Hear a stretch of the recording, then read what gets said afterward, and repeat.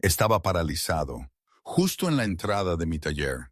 José Molina, un mecánico cualquiera, viendo como 150 tipos, lo que en mi pueblo de Andalucía habríamos llamado una tormenta de cuero y cromo, se desparramaban por mi humilde garaje en Granada. Motores al ralentí, caras duras como la piedra. El padre de Ana, Carlos, lo conocían como el capitán, se bajó de su Harley y caminó hacia mí. Mi cabeza era un torbellino. ¿Era gratitud lo que venía o venganza? Recuerdo que pensé, ¿qué demonios he hecho ahora? Esto no era lo primero, claro. 3 semanas antes, había construido un cochecito a medida para Ana, la hija de Carlos, una chica que había perdido la movilidad. No pedí un céntimo, no buscaba ni la fama ni problemas, solo ayudar. Había una foto de mi María, mi hija, en mi mesa. Verla me había dolido. Me había visto reflejado en Carlos, ese hombre duro, desesperado por su hija. Pensé que con eso ya había pagado cualquier deuda. Qué ingenuo. Lo que pasó después lo cambió todo. Absolutamente todo lo que creía saber sobre la hermandad, el respeto y el precio de un gesto amable. O el coste de meterte donde no te llaman. Depende de cómo lo mires. El sonido llegó primero. No eran motores rugiendo aún, ni gritos, sino el peso de botas, pasos deliberados y multiplicándose. Esa clase de ruido que te dice que el suelo mismo está eligiendo bando. Me limpié las manos en un trapo ya empapado de grasa y sudor.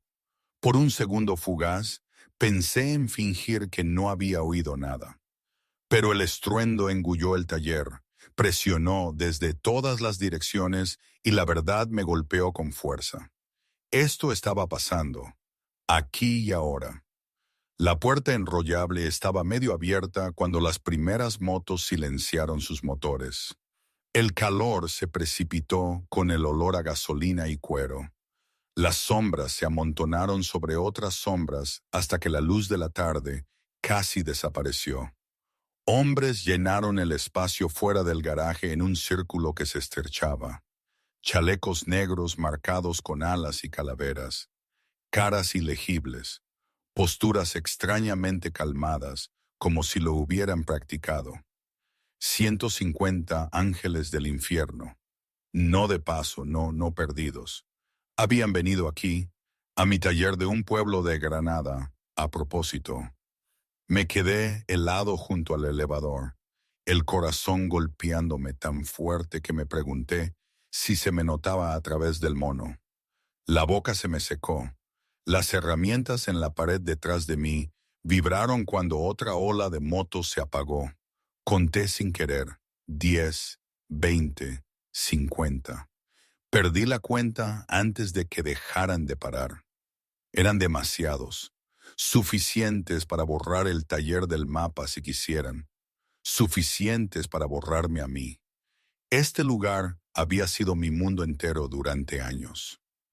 Un mundo en quiebra, sí, pero el mío. El suelo de cemento agrietado, el olor a aceite quemado impregnado en las paredes, la radio que nunca funcionaba del todo bien. Conocía cada sonido de este garaje. Pero ahora reinaba un silencio como nunca antes, como si el mismo taller entendiera lo que esperaba fuera. Tragué saliva y traté de respirar. El miedo llegó primero, agudo e inmediato, como una navaja en la garganta. Las palmas de mis manos se pusieron resbaladizas. Mis piernas querían moverse, correr, pero no había dónde ir. La única salida ya estaba bloqueada. Me sentí pequeño, reducido a un latido y a una mala decisión tomada en algún momento del pasado. Luego se coló la confusión. ¿Por qué aquí? ¿Por qué yo? No era parte de su mundo. Arreglaba motores, mantenía la cabeza agachada, pagaba mis facturas tarde y el alquiler más tarde. Repasé cada conversación, cada favor, cada negativa, buscando el momento en que debía haber cruzado una línea invisible. Nada apareció. Eso lo empeoró. El círculo de fuera se abrió con una precisión lenta. El movimiento fue sutil pero absoluto. Se abrió un camino, y por él entró un hombre cuya presencia cambió el aire. Era más alto que la mayoría, más corpulento, sus pasos sin prisa. Tenía canas en las sienes, la barba recortada. Sus ojos escanearon el garaje una vez, sin perderse nada, luego se fijaron en mí. Este era Carlos. La mayoría de la gente lo conocía solo por el capitán. Pocos usaban su nombre real, y menos aún lo decían en voz alta. Para mí siempre había sido algo completamente distinto. No un amigo, no del todo familia, una figura paterna forjada a base de lecciones duras y lealtad aún más dura. El hombre que me había enseñado a reconstruir un carburador y a callarme cuando el silencio era más seguro. El hombre que me había sacado de un lío una vez y se había asegurado de que entendiera que no habría una segunda vez sin consecuencias. Carlos se detuvo a pocos pasos. De cerca se le notaban los años, líneas profundas alrededor de los ojos, cicatrices que contaban historias que nadie le pedía que repitiera. Olía a humo y metal.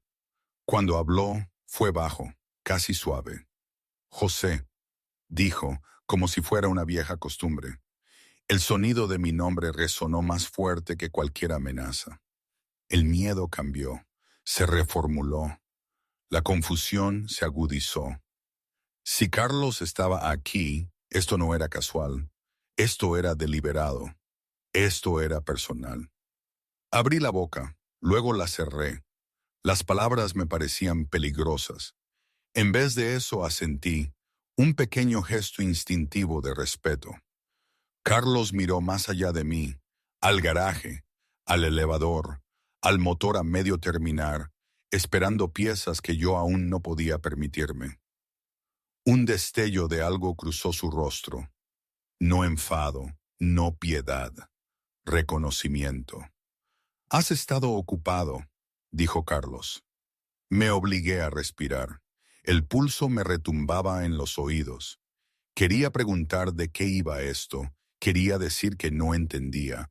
Quería recordarle a Carlos viejos favores, viejos lazos. Nada se sentía bien. Los hombres de fuera observaban sin moverse, una pared de músculo y paciencia. No estaban allí para negociar conmigo. Estaban allí porque Carlos los había traído. La anticipación superó al miedo justo lo suficiente para doler. Fuera lo que fuese, no iba a terminar con una simple advertencia. Carlos no había venido con 150 hombres para hablar del tiempo. Carlos se acercó, bajando la voz. «Pareces un hombre esperando malas noticias», dijo. Mi mandíbula se tensó. «No sé por qué estáis aquí», dije, odiando lo débil que sonaba mi voz. Carlos me estudió por un largo momento. El silencio se estiró, pesado y deliberado. Fuera, alguien rió una vez, breve y sin humor, luego paró. El mundo se redujo al espacio entre nosotros dos. «¿Alguna vez piensas cómo empiezan las cosas?», preguntó Carlos. «No los grandes momentos, los pequeños, los que no notas hasta que son demasiado grandes para detenerlos». No respondí. Mi mente iba a mil. Cada instinto me gritaba que esta conversación era el borde de algo que aún no podía ver. El miedo pulsó de nuevo, pero ahora estaba mezclado con algo más. Curiosidad. El pánico agudizado por la sensación de que mi vida estaba a punto de girar, estuviera de acuerdo o no. Carlos se enderezó y se giró ligeramente, haciendo un gesto hacia los hombres de fuera. «Estos tíos no se levantaron un día así», dijo. «Ni yo, ni tú». Sentí el peso de las palabras posarse sobre mí. El garaje parecía más pequeño, las paredes más cerca. Mi sueño, mantener este lugar vivo, mantenerme a flote, de repente se sintió frágil, como cristal bajo presión. Carlos me miró de nuevo, y por primera vez No había suavidad en sus ojos, solo resolución. Antes de llegar a lo que pasó después, dijo Carlos, con voz firme, necesitas entender cómo llegamos aquí. Sentí el cambio entonces, en lo más profundo de mis entrañas. Lo que Carlos estaba a punto de pedir, lo que estaba a punto de revelar, no era solo un trabajo o un favor. Era sobre un sueño agonizante, sobre algo construido desde cero, sobre una fuerza que convertía la desesperación en hermandad y nunca soltaba. Lo que Carlos iba a decir me iba a sacudir hasta la médula.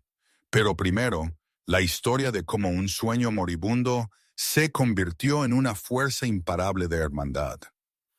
3 semanas antes, mi mundo, el de José Molina, era más pequeño, más tranquilo y estaba al borde del colapso.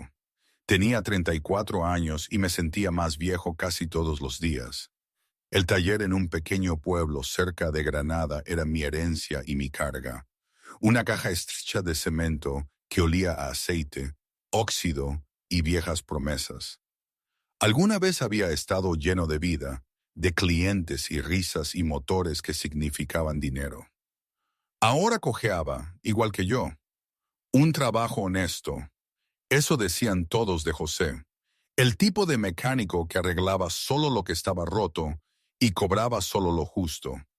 Era una reputación que me ganaba respeto y exactamente cero perdón del banco. Vivía encima del taller en una habitación estrecha que atrapaba el calor en verano y el frío en invierno, sin separación entre el trabajo y la vida, sin escape. Mi matrimonio no había sobrevivido a esa realidad, tampoco mis ahorros. Cada noche terminaba igual, grasa bajo las uñas, la espalda rígida y una pila de facturas sin abrir, esperando en el escritorio como acusaciones. Esa noche no fue diferente. Estaba solo bajo las luces fluorescentes, apretando el último tornillo de una camioneta vieja que había visto décadas mejores. La radio murmuraba suavemente en segundo plano, casi inaudible. Me limpié las manos, revisé la hora y calculé cuántas horas había trabajado contra cuánto había ganado. Los números nunca mejoraban. Cerré el capó y me dirigí al escritorio donde los sobres estaban extendidos en pilas desiguales. Alquiler, servicios públicos, proveedores de piezas, avisos finales, escondiéndose detrás de un lenguaje educado. Los miré sin abrir otro. Solo había una cantidad limitada de malas noticias que un hombre podía absorber en un día. Extendí la mano para apagar la luz. Fue entonces cuando me golpeó el estruendo. Bajo, pesado, familiar en su forma, pero diferente en su peso. Rodó primero por el suelo, luego por las paredes. Un sonido que no pedía atención, sino que la tomaba. Me quedé inmóvil, con la mano a centímetros del interruptor. Conocía las motos. Sabía la diferencia entre alguien que pasaba y alguien que se detenía. El motor se cortó. El silencio que siguió fue denso y deliberado. Exhalé lentamente y me volví hacia la puerta abierta del taller. Una Harley Davidson estaba justo afuera, negro mate, imponente incluso en reposo. El piloto pasó una pierna larga y se puso de pie, tan alto que el marco de la puerta pareció encogerse en respuesta. Carlos entró sin dudar. 1,95 m, hombros anchos, una cicatriz que le bajaba por el lado izquierdo de la cara, pálida contra una piel curtida. Su chaleco llevaba las marcas inconfundibles de los Hells Angels, no para exhibición, sino porque pertenecían allí. La mayoría de la gente cruzaba la calle cuando lo veían venir. Algunos cerraban sus puertas con llave. Otros desviaban la mirada y fingían no haberlo notado. Yo no me moví, no porque no tuviera miedo, sino porque no sabía qué más hacer. Carlos se detuvo a unos pasos dentro del taller y dejó que sus ojos se acostumbraran a la luz. Abrazó el espacio, las herramientas, la camioneta a medio arreglar, las facturas en el escritorio. Nada en su postura sugería urgencia. Nada en su presencia sugería seguridad. Mi sospecha se activó, fuerte y rápida. Hombres como este no se metían en talleres en apuros por accidente. Venían con problemas, y los problemas siempre costaban más de lo que pagaban. ¿Cerrando?, preguntó Carlos. Asentí. Casi. Carlos miró de nuevo la moto, luego a mí. Su mirada se detuvo, buscando, midiendo. De cerca, el rostro cicatrizado tenía peso, pero no era ira lo que había detrás de sus ojos. Era otra cosa, algo más crudo. Necesito tu ayuda, dijo Carlos. Mis hombros se tensaron. Ahí estaba. Esperé la trampa, la amenaza, la presión implícita. Nada llegó. No es para mí, continuó Carlos. Su voz bajó ligeramente, como si las palabras mismas llevaran riesgo. Es para mi hija. Esa frase no encajaba. No era amenazante, no era transaccional, era humana. Dudé. Había esperado intimidación. No había esperado esto. Carlos cambió su peso. Un movimiento sutil que denotaba incomodidad. Se llama Ana, dijo. Tiene 18. Ahora escuchaba de verdad. La sospecha seguía presente, pero atenuada, reemplazada por una atención cautelosa. Tenía 7 años cuando pasó, continuó Carlos. Accidente de coche. Conductor ebrio. Los golpeó de frente. Hizo una pausa, la mandíbula tensa. No ha vuelto a caminar desde entonces. Las palabras eran planas, pero el esfuerzo por mantenerlas así se notaba. Carlos desvió la mirada por un momento, fijando los ojos en una mancha en el cemento, como si fuera algo sólido a lo que agarrarse. Creció entre motos, dijo. Rutas, concentraciones, talleres como este. Viéndolas toda su vida. Libertad sobre 2 ruedas. Viento, ruido, movimiento. Sacudió la cabeza una vez. Ahora está atrapada en una silla. Sentí algo removerse en mi pecho. La empatía se coló. No deseada, pero innegable. La furgoneta que usamos, dijo Carlos, funciona. Es segura. Es accesible. Su boca se apretó. Ella la odia. Dice que se siente como una prisión. Dice que siente que está viendo la vida a través de un cristal. La voz de Carlos se quebró en la última palabra.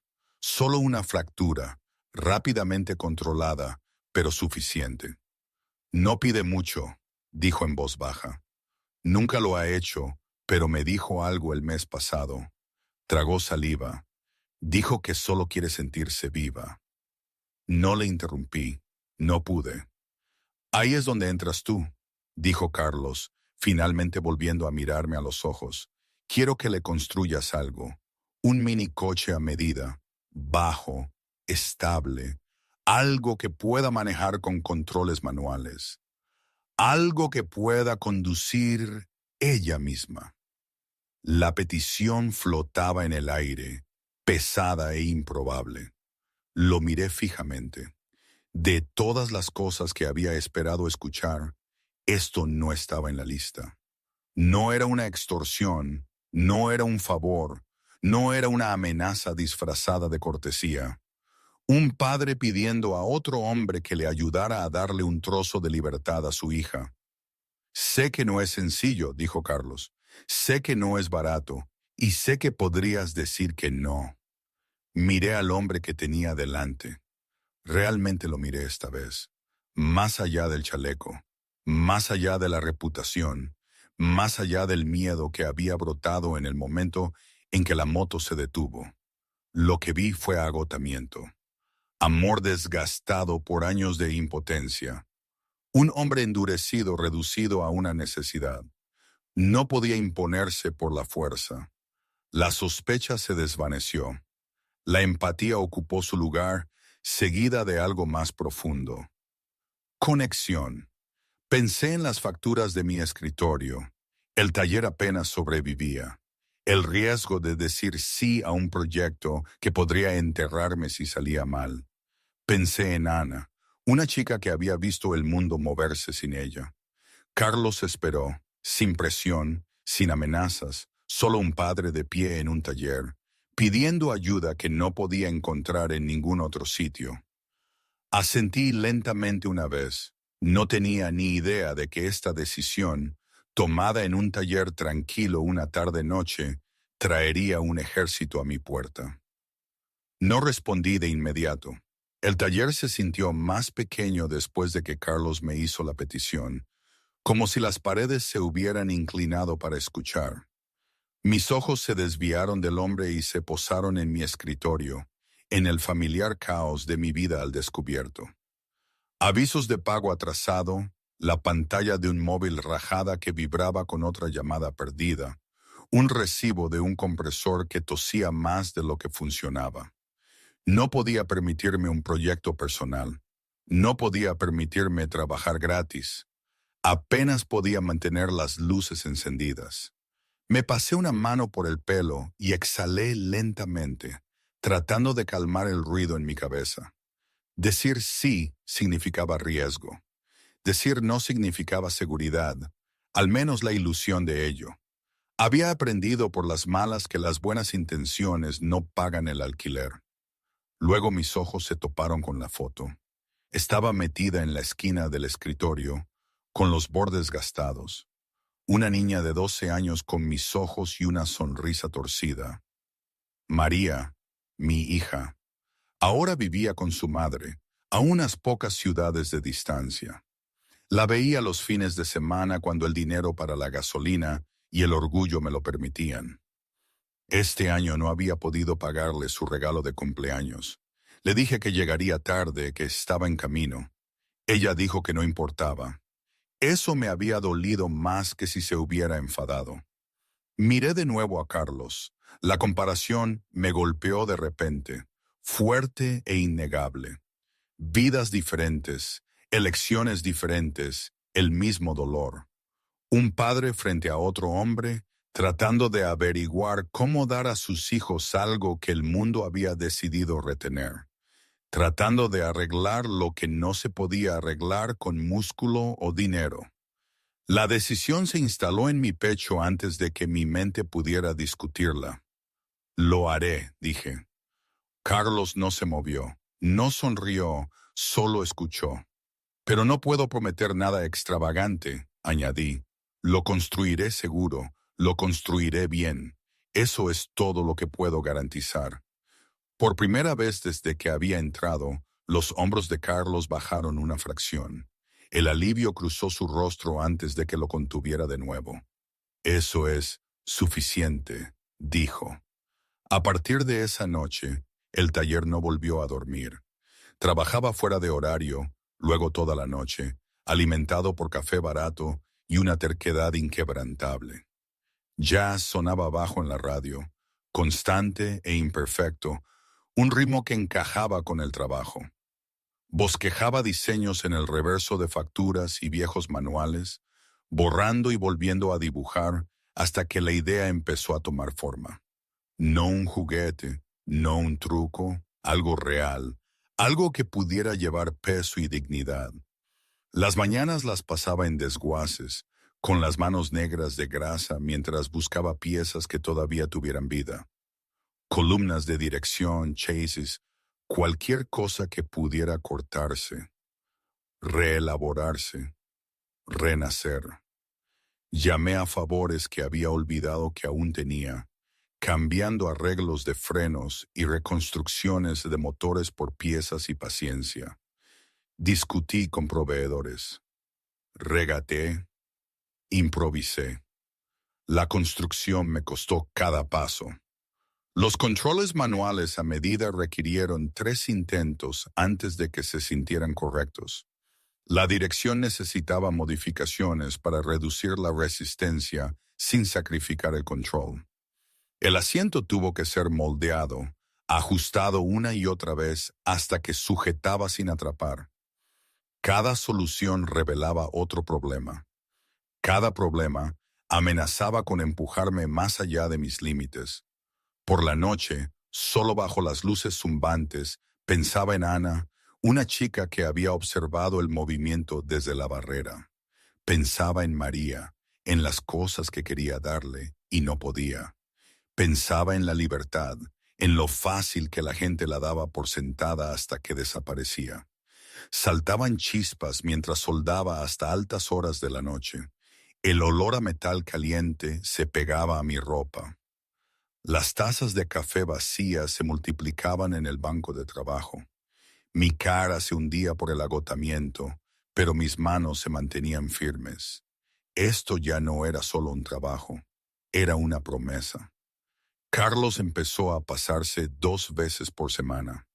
Nunca se quedaba mucho, nunca merodeaba, se quedaba a un lado, con las manos en los bolsillos, observando el progreso con una intensidad que rozaba la reverencia. El exterior duro se resquebrajaba un poco más cada vez. Hacía preguntas no sobre plazos o costes, sino sobre detalles.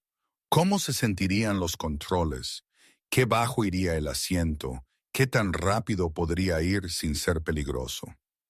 A medida que pasaban las semanas, hablaba más. Me contó sobre el humor de Ana, seco y agudo, heredado de él, sobre cómo ella dibujaba atardeceres de memoria porque no siempre era posible llegar a una buena vista, sobre cómo quería ser artista, cómo firmaba sus dibujos con una pequeña ala en la esquina. Habló de su fuerza, la clase de fuerza que viene de aprender pronto que el mundo no se doblega fácilmente. Odia que le tengan lástima, dijo Carlos una vez, mientras yo apretaba un tornillo. Lo odia más que el dolor.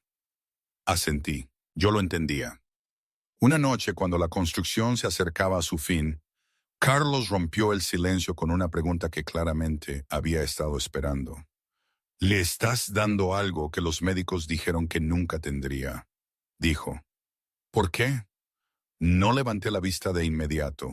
Apreté el último sujetador, luego dejé la llave con cuidado. «Porque alguien debería», dije. La respuesta flotó allí, simple y sin adornos. Carlos no respondió. No hizo falta. 36 meses después de aquella decisión, un día soleado de agosto, ahí estaba. El minicoche terminado en el centro del taller, amarillo brillante, el color favorito de Ana, había mencionado Carlos de pasada, sin saber que yo lo había guardado en mi cabeza. La pintura captaba la luz y parecía brillar. Los controles manuales eran suaves, sensibles, ajustados con precisión. El asiento encajaba como si siempre hubiera estado allí. Cada borde fue revisado, cada sistema probado y vuelto a probar. Me eché hacia atrás, el agotamiento me invadió en una ola pesada. Me dolía el cuerpo. Mi cuenta bancaria estaba más vacía que nunca. Pero el orgullo lo atravesó todo, limpio e innegable. Había construido algo que importaba. Ninguno de los dos sabía lo que pasaría cuando Ana hiciera su primer viaje. Ese primer viaje iniciaría una reacción en cadena. Ninguno podía predecirlo. Carlos llegó justo después del mediodía. Esta vez no vino en moto. Condujo una furgoneta sencilla y práctica y la aparcó con cuidado, como si el momento dentro fuera demasiado importante para apresurarlo. Yo observaba desde la puerta del garaje cómo salía, rodeaba la furgoneta hasta el lado del pasajero y abría la puerta con una delicadeza que no encajaba con su reputación.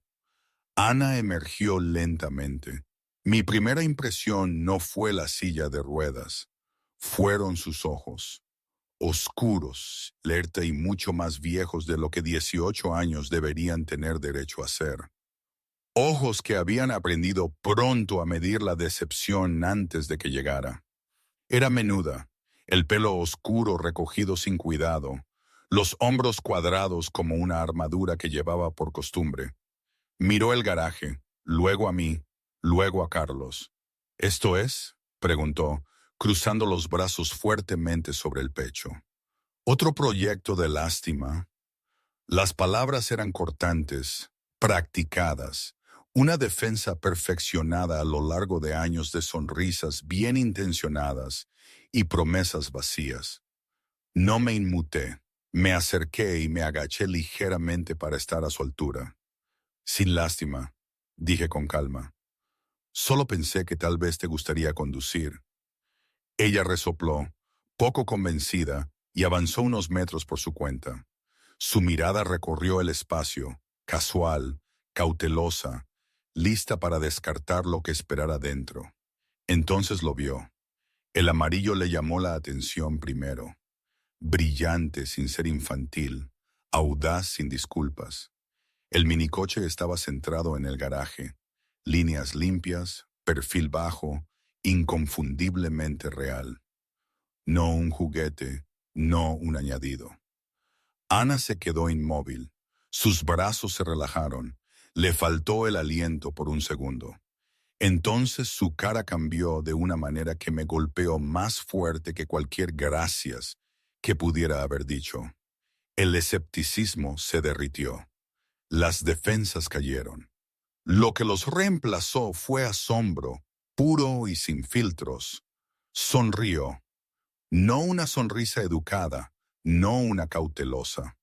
Una sonrisa plena y genuina que parecía no haber sido usada en años. ¿Eso es mío?, preguntó, su voz de repente inestable. Asentí. Lo construí para ti. Carlos estaba detrás de ella en silencio. Tenía las manos tan apretadas que sus nudillos se habían puesto blancos. Ayudé a Ana a pasarse con cuidado al asiento del conductor. Se movía con eficiencia practicada, pero sus manos temblaron una vez que estuvo sentada. Le expliqué los controles manuales lentamente, claramente, dejándole probar la resistencia, la respuesta. Ella escuchó atentamente, sus ojos parpadeando entre los controles y la puerta abierta del garaje, como si temiera que el momento pudiera desaparecer si parpadeaba. Carlos se mantuvo atrás, no merodeó, no habló, solo observó, con la mandíbula apretada, los ojos brillantes. Cuando estés lista, dije. Ana envolvió sus manos alrededor del volante. Giró la llave. El motor cobró vida, suave y constante. El sonido no era fuerte, pero era suficiente. Ana respiró hondo como si acabara de salir a la superficie después de estar bajo el agua. Adelantó los controles con suavidad. El coche rodó lentamente al principio, centímetro a centímetro, como si el mundo mismo necesitara tiempo para entender lo que estaba pasando. Los neumáticos cruzaron el umbral del garaje y la luz del sol se derramó sobre sus manos, su rostro, sus hombros. El viento le levantó mechones de pelo suelto. Se rió. No una risa pequeña, no una cautelosa. Una explosión de sonido que venía directamente de su pecho, sorprendida e incontrolable. Presionó un poco más. El coche cogió velocidad. Su risa le siguió, más fuerte ahora, más libre. Por primera vez desde que tenía 7 años, Ana tenía el control. Sentí que mi vista se empañaba. No me sequé los ojos. No me importó. Miré a Carlos y vi lo mismo reflejado allí. El hombre que aterrorizaba a los extraños estaba clavado en el sitio, las lágrimas dibujando líneas limpias por su rostro cicatrizado. Ana dio la vuelta, su confianza creciendo con cada segundo. Se rió de nuevo, un sonido tan puro que sentí que reescribía el aire a su alrededor. Condujo hasta que la alegría brilló con fuerza y luego más fuerte aún, hasta que se desbordó de ella y no dejó nada detrás. Cuando finalmente aparcó, no se movió. Pasaron 20 minutos. Yo me apoyé en el banco de trabajo sin decir nada. Carlos se quedó donde estaba. Nadie la apresuró. Nadie se atrevió a romper el momento. Ana se sentó con las manos apoyadas en el volante. Los hombros temblaban, Las lágrimas le corrían por la cara, pero sonreía a través de ellas. Se me olvidó, dijo finalmente, su voz apenas un susurro. Se me olvidó lo que se sentía al ser libre. Carlos dio un paso adelante, luego lentamente, con cuidado, como si se acercara a algo sagrado. Buscó su cartera, la sacó con manos temblorosas. Levanté una mano. No, dije. Carlos me miró, confundido. Dime tú el precio, dijo. Lo que sea que cueste. Negué con la cabeza. Solo déjala disfrutarlo, dije. Con eso ya tengo suficiente. Carlos me miró fijamente durante un largo momento, luego asintió una vez. Sin palabras, pensé. No hacían falta. Creí que ahí terminaba todo. Me equivoqué. Este acto de bondad iba a resonar mucho más allá de aquel garaje. La onda expansiva comenzó en silencio. Ana conducía todos los días. Al principio era solo por la manzana, luego más lejos, luego a donde podía. El mini coche amarillo se convirtió en una extensión de ella, una declaración que se negaba a mantener en privado. Filmaba pequeños clips con su teléfono, manos en los controles, el pelo al viento, la risa irrumpiendo a mitad de frase. Los publicaba sin estrategia ni pulcritud. Solo la verdad.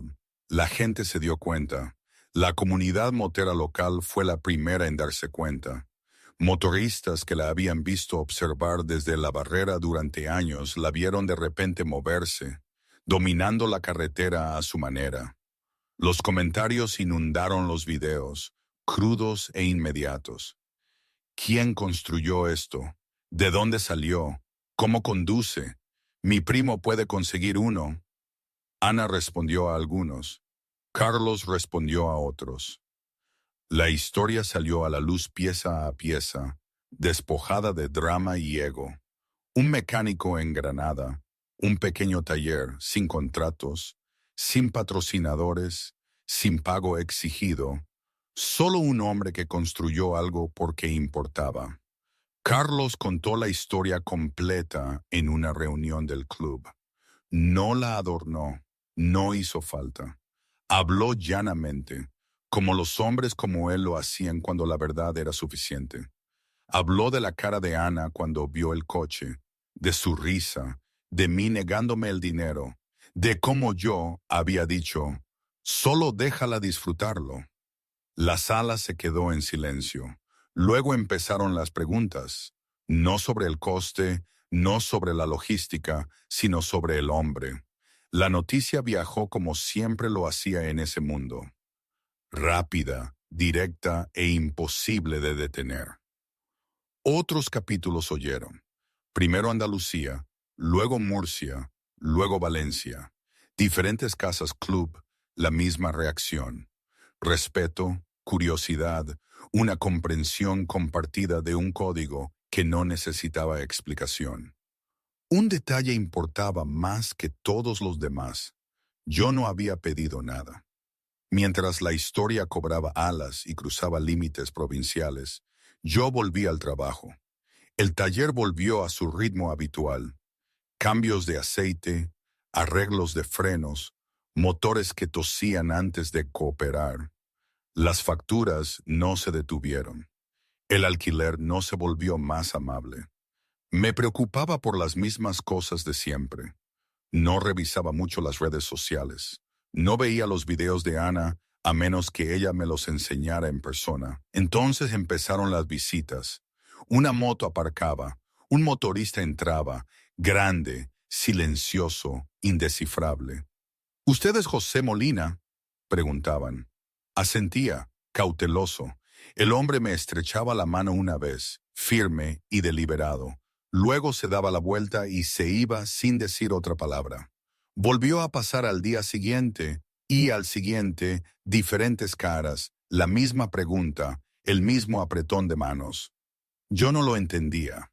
Suponía que estaba relacionado con Carlos de alguna manera, alguna cortesía tácita que yo no me había ganado. No le di muchas vueltas. La confusión pasó a un segundo plano ante la supervivencia. Tenía que pagar el alquiler, pedir piezas, un compresor que parecía que iba a morir en cualquier momento. No tenía ni idea de que me había convertido en una leyenda, en una comunidad que rara vez olvidaba la bondad o la falta de respeto. Entre bastidores, el tono era diferente. Carlos hizo las llamadas él mismo. Los presidentes de los capítulos respondieron porque conocían su voz y confiaban en su juicio. Contó la historia de nuevo, cada vez reduciéndola a su esencia. Un hombre ayudó a su hija cuando nadie más pudo. No postureó, no se aprovechó, simplemente apareció. Le debemos algo, dijo Carlos. Le mostraremos lo que significa la hermandad. No hubo debate, solo logística. Hablaron de rutas, tiempos, números. ¿Quién podría venir? ¿Quién lideraría? ¿Quién se quedaría atrás? El acuerdo fue rápido y sólido. 150 motoristas, suficientes para ser inconfundibles, suficientes para hacerse sentir. El plan era sencillo. Convergerían. No para intimidar, no para tomar, sino para dar, para asegurarse de que un mecánico entendiera que algunas deudas se pagaban por adelantado y otras se pagaban por completo. Aún así, la tensión flotaba sobre la idea. Mi pueblo no estaba acostumbrado a ese tipo de presencia, y yo no estaba acostumbrado a la atención en absoluto. Cuando 150 ángeles del infierno aparecen sin previo aviso, el contexto no viaja tan rápido como los motores. En 72 horas, mi vida, la de José, cambiaría para siempre. Y la verdad, a veces pienso, ¿y si me hubiera negado? ¿Qué habría pasado? Habría seguido arrastrándome, endeudado, viendo cómo mi taller se desvanecía. Nunca lo sabré, ¿verdad? Uno toma una decisión y luego el efecto mariposa te lleva a donde sea. Recuerdo que los 3 días siguientes pasaron sin incidentes. En la superficie, nada cambió. Abría el garaje cada mañana, encendía las luces y me ponía a trabajar. Las rutinas manchadas de aceite me llevaban a través de las horas. Un cambio de correa de distribución aquí, una línea de freno allá. El compresor se quejaba más de lo habitual, pero aguantaba. Los clientes venían y se iban, ajenos a que estaban en el centro de una historia que ya estaba en marcha. Ana seguía conduciendo. Publicaba actualizaciones casi a diario, clips cortos que capturaban partes de su nueva normalidad, paseos al amanecer, vueltas al atardecer cuando el aire se enfriaba. Su risa era más fácil ahora, sus pies de foto eran simples, agradecidos, sin filtros. Un video llamó más la atención que el resto. Enterrada en lo más profundo de los comentarios, medio oculta por cientos de corazones y emojis de fuego, se encontraba una sola línea de una cuenta sin foto y sin explicación. Prepárense, domingo por la mañana. Gran sorpresa. Nunca lo vi. No me desplazo mucho. No me quedo mucho tiempo en línea. Mi mundo seguía siendo físico e inmediato, medido en llaves y horas. En todo caso, noté otra cosa. Más motos en la carretera. No aparcadas, solo de paso. Retumbos bajos y constantes que pasaban por el garaje y desaparecían. Los motoristas no se detenían, no miraban, solo seguían. Me parecía una coincidencia. Mi pueblo veía su parte de motoristas. Me lo dije a mí mismo y seguí trabajando. Aún así, el silencio me oprimía y me parecía extrañamente denso. El domingo por la mañana llegó despejado y fresco. Abrí el taller temprano, el café humeante en una mano, las llaves tintineando suavemente en la otra. Planeaba ponerme al día, quizás adelantarme por una vez. Sin prisas, sin plazos, solo trabajar. La clase de mañana que solía disfrutar antes de que el estrés me reventara los nervios. El pueblo se sentía extraño, no vacío, solo apagado. Menos coches, ninguna voz flotando desde los escaparates cercanos. Incluso los pájaros parecían reprimidos, sus llamadas más cortas, más espaciadas. Me encogí de hombros y levanté la puerta del garaje hasta la mitad, dejando que la luz de la mañana se derramara por el suelo. Tomé un sorbo de café y puse una mueca ante el amargor. Fue entonces cuando lo oí. Débil al principio, tan bajo que apenas se registraba como sonido. Más vibración que ruido. Me detuve, la taza a medio camino de la boca, escuchando sin darme cuenta de que había dejado de respirar. El estruendo volvió, distante, unificado. No un motor, muchos. Dejé el café con lentitud. Me dije a mí mismo que no era nada. Tráfico de la autovía, una excursión en grupo, una coincidencia tras otra. Mi pueblo estaba lo suficientemente cerca de la carretera para que los sonidos llegaran. Aún así, el pecho se me apretó mientras me inclinaba ligeramente hacia la puerta abierta. El estruendo creció, rodó en capas, ahora superponiéndose, amplificándose. El suelo parecía zumbar bajo mis botas. Lo sentí antes de oírlo completamente. Una presión que se acumulaba, constante e intencional. La confusión se coló primero. Me acerqué a la puerta y me tapé los ojos con la mano contra el sol naciente, escaneando la calle. Vacía. Ni coches ni peatones, solo el zumbido tranquilo y el sonido creciente detrás. La preocupación siguió de cerca. El ruido no se dispersó ni se desvaneció como el tráfico. Avanzó, organizado, implacable. Mi corazón se aceleró, hundiéndose sin querer con la cadencia de los motores. Volví a mirar la calle, luego de vuelta al taller, como si buscara algo que pudiera haber pasado por alto. Mi mente repasó posibilidades, ninguna de ellas reconfortante. No había hecho nada malo. No había molestado a nadie. Arreglaba coches. Permanecía invisible. El estruendo alcanzó un volumen que borró toda duda. Esto no era algo de paso. El miedo se instaló en mi estómago, frío y pesado. El sonido llenaba la calle ahora, haciendo eco en los edificios, vibrando los cristales, ahogando cualquier otro ruido. Sentí el sudor romperme la espalda. El instinto me gritaba que cerrara la puerta, que retrocediera, pero mis pies se negaron a moverse. Entonces los vi. La primera moto apareció doblando la esquina como un disparo de advertencia. El cromo brilló una vez bajo el sol andaluz, luego se estabilizó mientras el motorista se incorporaba a la calle. La postura relajada, la velocidad controlada.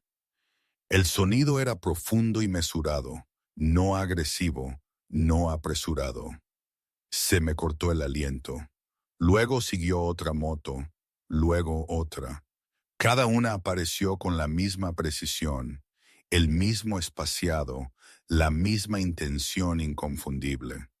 Lo que empezó como un goteo se convirtió en una línea. La línea se convirtió en un riachuelo.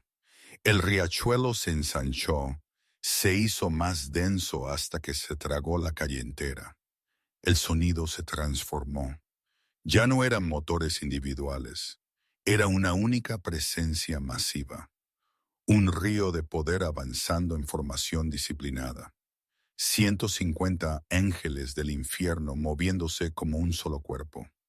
Chalecos de cuero marcados con alas y calaveras. Rostros curtidos, serios e ilegibles. El cromo brillaba por todas partes. Manillares, escapes, cascos que captaban la luz con destellos agudos. Los motores estaban sincronizados, su ritmo deliberado, controlado, pesado de propósito. Esto no era caos, esto era orden. Los vecinos salieron de las puertas y los escaparates, atraídos por el ruido antes de que el miedo tuviera tiempo de alcanzarlos. Las conversaciones se detuvieron a mitad de frase. Las manos se quedaron congeladas en los pomos de las puertas. Los ojos se abrieron de par en par. Algunas personas volvieron a entrar sin decir palabra. Otros acercaron a sus hijos, alejándolos de las ventanas, cerrando puertas con una urgencia repentina.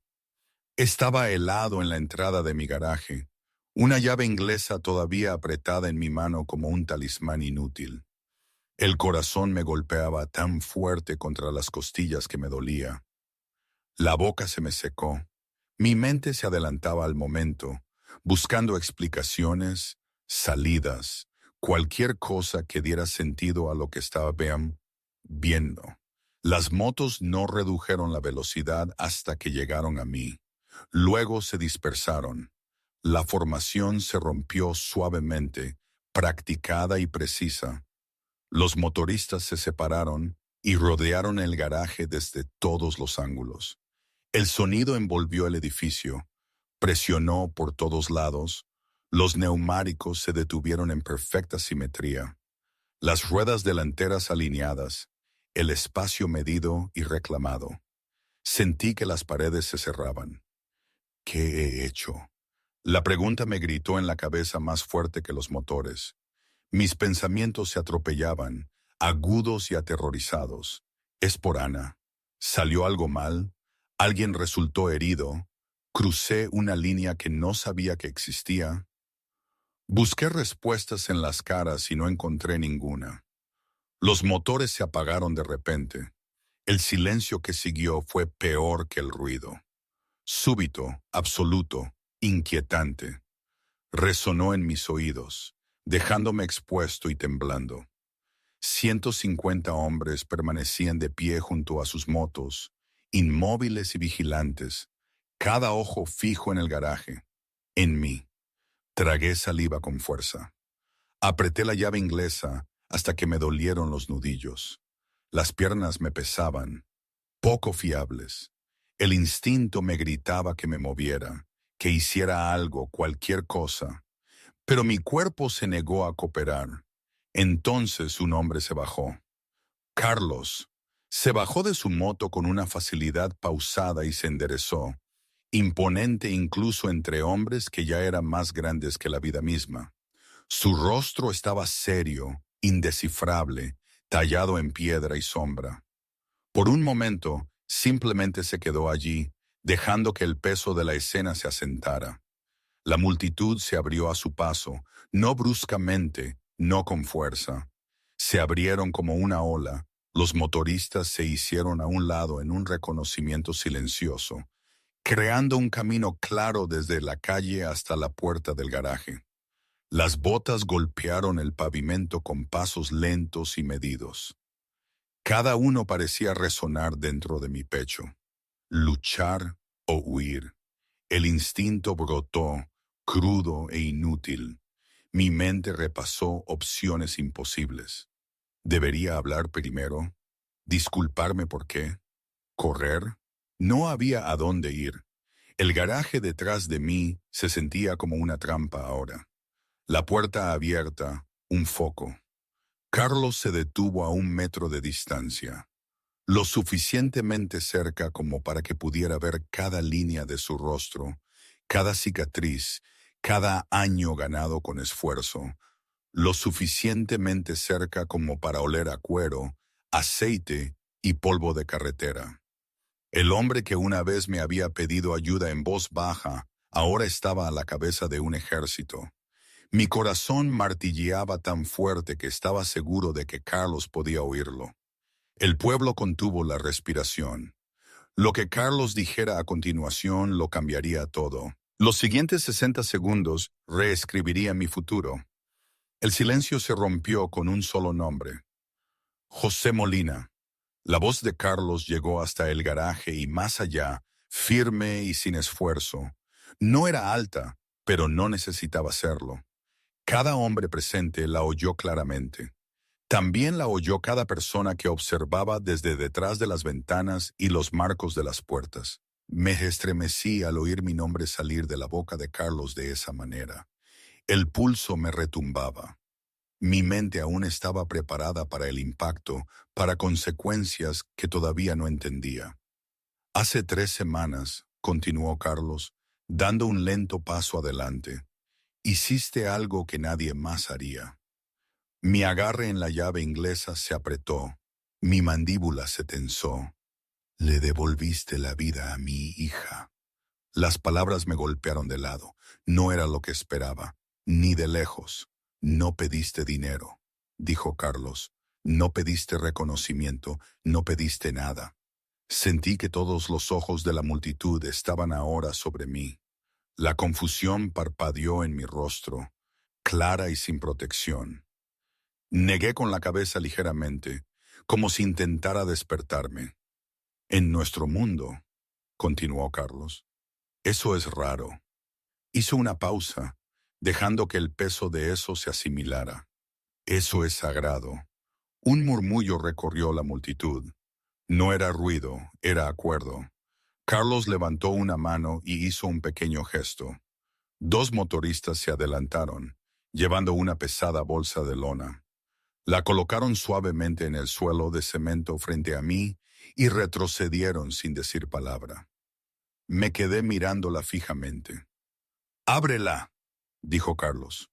Dudé, luego me agaché y abrí la cremallera de la bolsa. Me faltó el aliento. Dentro, apilado y atado con una pulcritud implacable, había dinero en efectivo, más dinero del que jamás había visto en un solo lugar. Mis manos empezaron a temblar mientras metía la mano. Mis dedos rozaban un papel que parecía irreal. De cada capítulo que escuchó la historia de Ana, dijo Carlos. Para ti.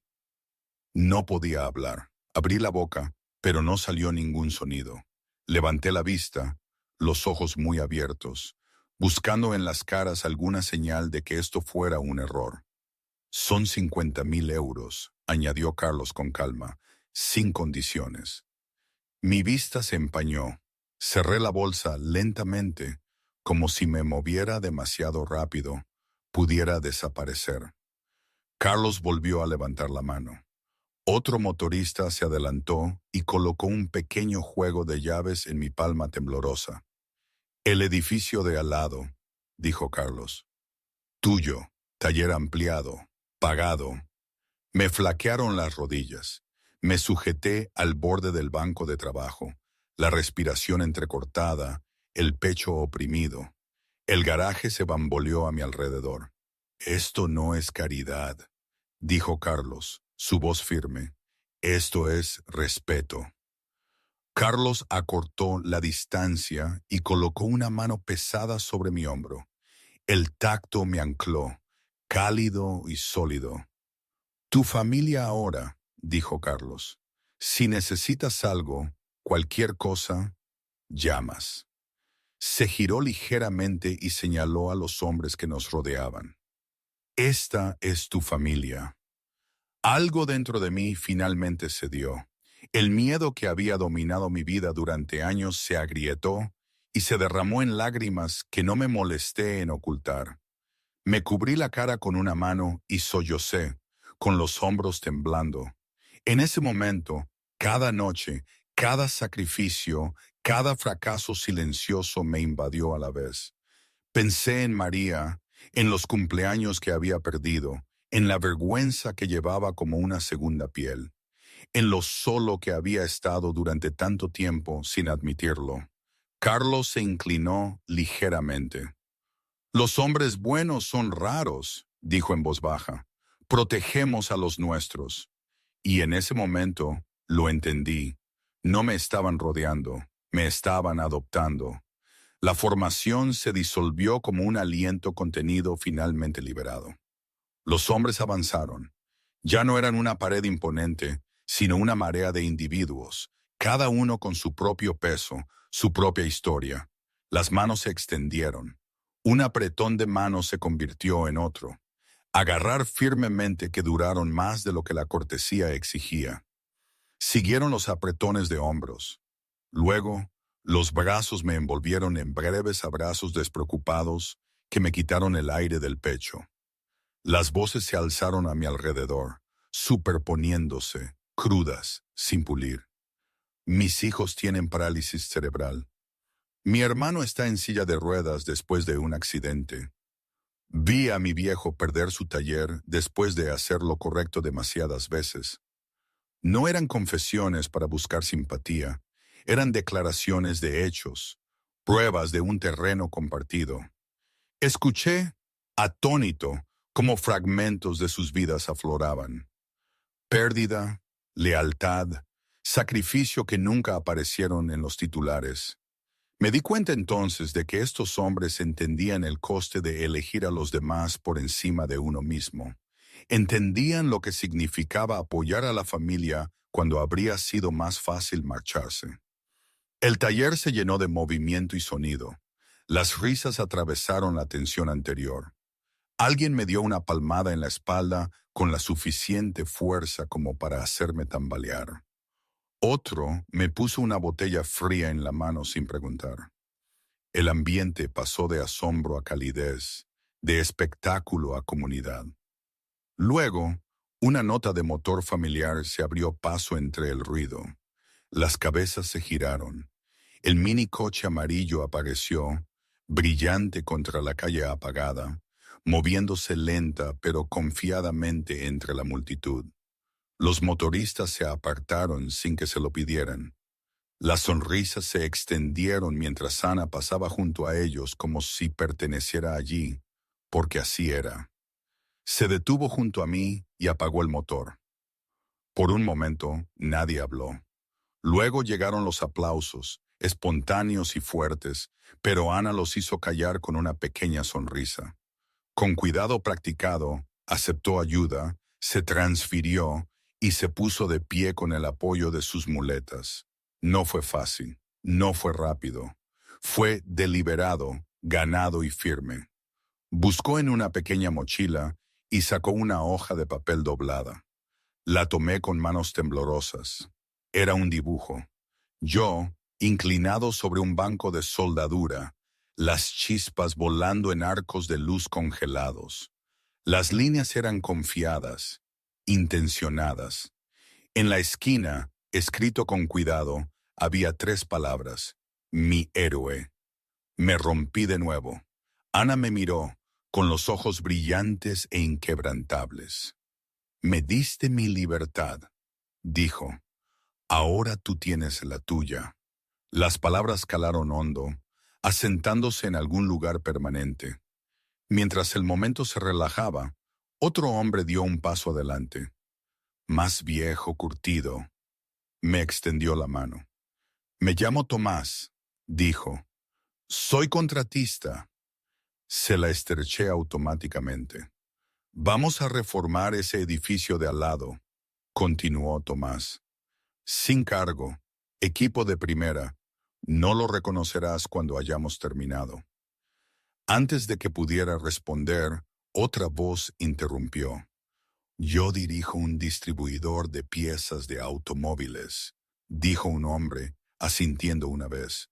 Precios al por mayor de por vida. Otro dio un paso adelante, más joven, confiado. El marketing es lo mío. Web, redes sociales, anuncios locales, yo me encargo. Las ofertas no se detuvieron. Se apilaron en silencio, de forma eficiente, como ladrillos colocados con cuidado. No caridad, infraestructura, no una limosna, una base. Me quedé allí, abrumado, apenas capaz de procesar el alcance de lo que estaba ocurriendo. No era solo dinero, no eran solo regalos, era una red que se cerraba a mi alrededor. Una familia construida no con sangre, sino con principios. Miré las caras, hombres duros ablandados por un propósito compartido, y sentí que algo cambiaba dentro de mí. Por primera vez en años, el futuro no parecía una amenaza. Se sentía abierto. Esto era lo que parecía la bondad cuando resonaba. Y hoy, 6 meses después, bueno, el taller ya no es un lugar donde solo se sobrevive. Ahora es un lugar que se construye. El nuevo taller está sólido y limpio. La luz del sol entra a raudales por las puertas anchas sobre suelos que aún no han aprendido el lenguaje de las grietas y las manchas. El equipo se alinea en las paredes, moderno, preciso, herramientas fiables que funcionan cuando se lo pides, espacio para respirar, espacio para planificar, espacio para hacer las cosas bien. Me muevo por él con una confianza tranquila. Ya no estoy solo. 2 empleados trabajan a mi lado. Uno es un veterano que pasó años tratando de traducir la disciplina aprendida en el extranjero a una vida civil que no parecía quererlo. La otra es una madre soltera que necesitaba horas estables y una oportunidad que nadie más le había ofrecido. No los veo como casos de caridad. Los veo como personas que aparecen, aprenden rápido y se preocupan. El taller ha encontrado su propósito. Ahora me especializo en vehículos adaptados, controles manuales, asientos modificados, construcciones a medida diseñadas en torno a la dignidad en lugar de la limitación. La noticia se ha extendido rápidamente. Mi página web muestra una lista de espera de 3 meses llena de nombres de ciudades que nunca he visitado. Familias dispuestas a esperar porque confían en el trabajo, porque alguien les ha dicho, si José Molina dice que va a ayudar, lo dice en serio. Una tarde que importó más que el resto, estaba junto a una mesa de soldadura con mi hija, María. Llevaba guantes demasiado grandes para sus manos y un casco que se le resbalaba un poco cuando asentía. La guiaba con cuidado, paciente y presente, explicándole el calor y la distancia, y por qué unas manos firmes eran importantes. Cuando la soldadura cuajó, imperfecta pero fuerte, me miró con una sonrisa que denotaba orgullo en lugar de una paciencia educada. Ahora estaba orgullosa de mí, no por el dinero, no por el edificio, sino por el hombre en el que me había convertido. La onda expansiva no se detuvo en el taller. Ana sigue conduciendo todos los días. El mini coche amarillo está rosado ahora, desgastado de la mejor manera. Se matriculó en la escuela de arte, sus cuadernos de bocetos se llenan de movimiento, luz y caminos abiertos. Creó una fundación y la llamó Escritores de la Libertad. Una idea simple construida sobre el mismo principio que lo empezó todo. Ayudar a financiar vehículos adaptados para personas a las que se les había dicho que la libertad ya no era una opción. Las solicitudes llovieron, siguieron las historias. Carlos y yo nos tomamos un café una vez al mes. Sin parches, sin espectáculo, solo 2 hombres sentados uno frente al otro, hablando de la vida, de las hijas, de los extraños caminos que nos llevaron hasta aquí. Nuestra amistad no tenía sentido en el papel. En la práctica, era sólida y sin complicaciones. Luego empezaron a llegar las cartas, sobres manuscritos, correos electrónicos impresos y doblados, mensajes enviados a través de la página web que leía tarde por la noche cuando el taller volvía a estar en silencio. Padres agradeciéndome por mostrarles lo que era posible. Personas con discapacidad compartiendo historias de haber visto los videos de Ana y de darse cuenta de que algo dentro de ellos no había muerto después de todo. Mecánicos de otras provincias preguntando cómo aprender a construir vehículos adaptados, cómo hacerlo bien, cómo empezar. Guardaba una caja debajo de mi escritorio y la llenaba lentamente. Un acto de bondad, una noche de soldadura sin dormir, una decisión tomada sin expectativas.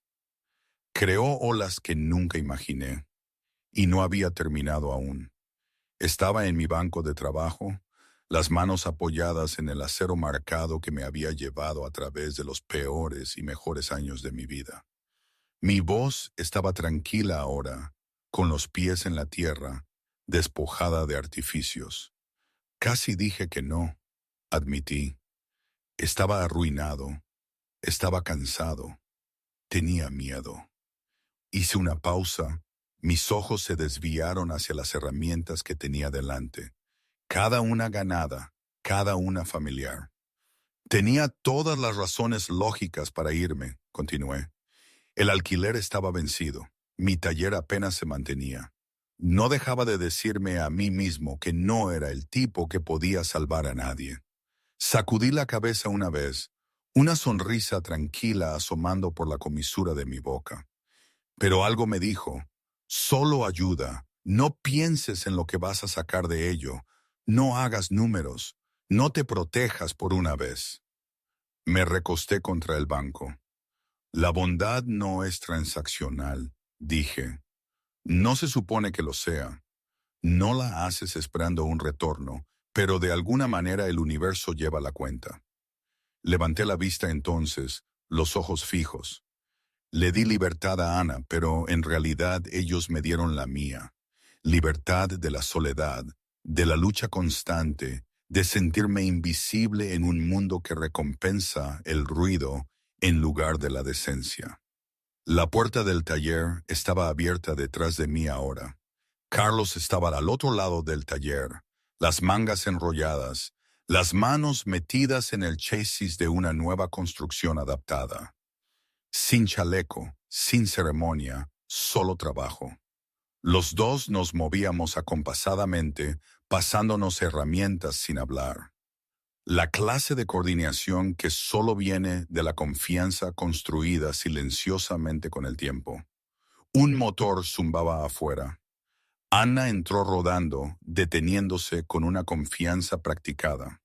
Salió con ayuda, la bandeja de café equilibrada con cuidado, y nos entregó a cada uno una taza como si fuera lo más natural del mundo. Entrega de combustible, dijo, sonriendo. Nos reímos juntos, fácil y sin defensas. El sonido llenó el taller, rebotó en las paredes y se derramó en la calle donde los motoristas iban y venían. Los vecinos saludaban, y la vida avanzaba sin miedo. La hermandad no era lo que yo solía pensar que era. No se trataba de tener el mismo aspecto o de creer en las mismas cosas. No se trataba de poder o intimidación o enemigos compartidos. Se trataba de aparecer. Se trataba de ver la necesidad de alguien y satisfacerla sin preguntar qué había para ti. José Molina construyó un mini coche, pero lo que realmente construyó fue un puente. Un puente entre mundos que nunca pensaron que se tocarían. Entre personas a las que se les enseñó a temerse mutuamente. Entre lo que se nos advierte que debemos protegernos y lo que nos convertimos cuando elegimos la compasión en su lugar. Enna se marchó más tarde esa noche, el cielo ardiendo en naranja y dorado mientras el sol se ponía. La carretera se abría ante ella, ancha y sin dueño. Condujo libremente, exactamente como siempre soñó que lo haría. ¿Y yo? No sé. A veces pienso que fue lo mejor que me pudo pasar. Otras, creo que cometí un error gigantesco que, por suerte, salió bien. Probablemente ambas cosas. Así es la vida, ¿no? Nada es blanco o negro, nada es perfecto. Pero es mi vida, y la he construido pieza a pieza, con las manos manchadas de grasa, pero el alma un poco más limpia. ¿Acaso no es suficiente?